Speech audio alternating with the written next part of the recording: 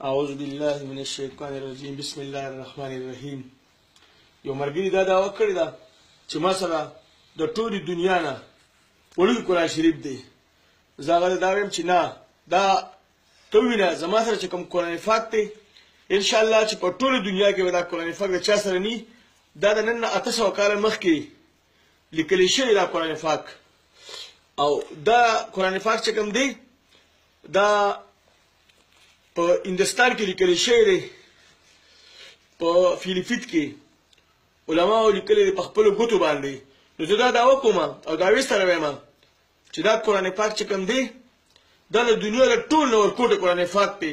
تاسو وګورئ انشاءالله چې دا په دنیا کې چېرته به هم ني، نه په سعودي کې او نه به په د دنیا په یو ځای کې به هم ني داسې قرآن.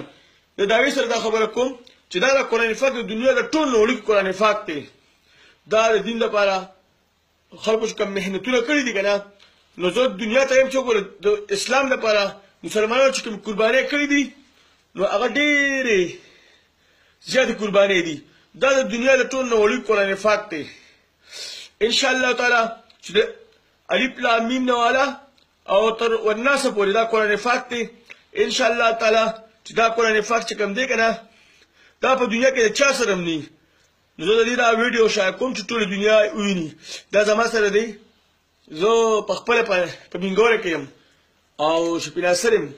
دا زما سره قرآن دی او زه ټولې دنیا ته یم چې داسې قرآن دعوې سره وایم چې داسې قرآن به انشاءالله تعالی چې دونه وړوکی قرآن به په دنیا کې د چا سره هم ني.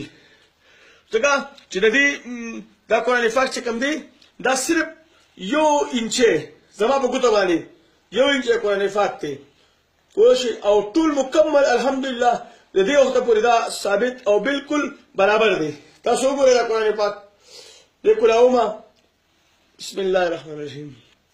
او دا باقاعده لیکل کېدی شي، باقاعده دا خلکو قرباني کړې دین دپاره. تاسو وګورئ جی قرآن پاک باقاعده د دې یو ټکي خو دې سره خپل یو د بیت په هغه وخت کې جوړ شوی دی چې هغه دا دی چې په دې کې به د یو الفاظ ټکي لیکل کېدي شي، په دې ورته ګوري په یو سترګه باندې او دا قرآن پاک تلاوت کېدی شي. تاسو وګورئ لږ خیر دی دا،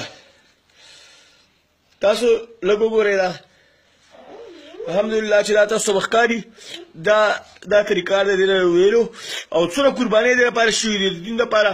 انسان ته دا پته ولګي که نه. دا وینئ جي تاسو دا یو صورت ته به دی که نه، دا باقاعده پته لګېدی. دا په دې کې دا اولنۍ سپاره ده. تاسو وګورئ جي دا اولنۍ سپاره باقاعده او دا اخرنۍ سپاره بیا لنډي صورتونه چې کوم دي د قرآن پاک. په چلنج سره وایم چې په دنیا کې به دونه وړوکی قرآن شریف تر اوسه پورې او دونه زوړ چا سره انشاءالله چې په تاریخ کې به هم ني. دا زموږ د مشرانو هم پاتې شوي دي چې هغه ټول د دیوبند نه الحمدلله پاره شوي. دا ما له خپلې نیا او زما نیا له خپلې نیکه ورکړی دا قرآن پاک.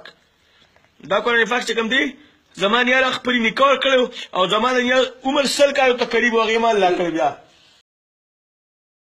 د دې 800 سالې شو تقریبا.